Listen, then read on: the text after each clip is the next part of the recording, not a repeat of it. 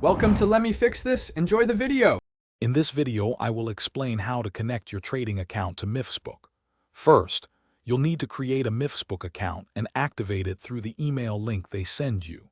Once your account is active, log in and find the portfolio section, usually located in the main menu. From there, click on Add Account to start linking your trading platform. This initial step sets the foundation for tracking your trading performance effectively. Next, you'll specify your trading platform. Myfxbook supports various platforms, with MetaTrader 4 and MetaTrader 5 being common choices. After selecting your platform, input your account details, including a custom account name, your broker's name, the correct server, and your trading account number. Remember, it's crucial to use your investor password, which is read-only, and never your master password for security reasons.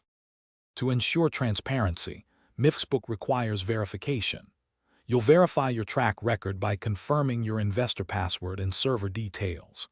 For trading privileges, you can either change your investor password to a specific authorization code provided by Myfxbook, or a simpler method is to open a pending order on your trading platform, using that authorization code as the order's comment.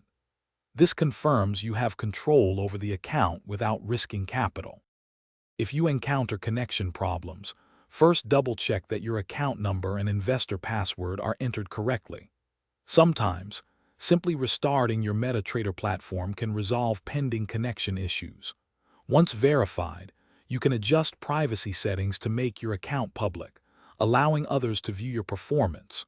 Also, if you want your car smelling fresh, check out the Little Trees Black Ice link and other great deals in the description below. This helps you share your trading journey with confidence. Thanks for watching. If you found this helpful, don't forget to like and subscribe.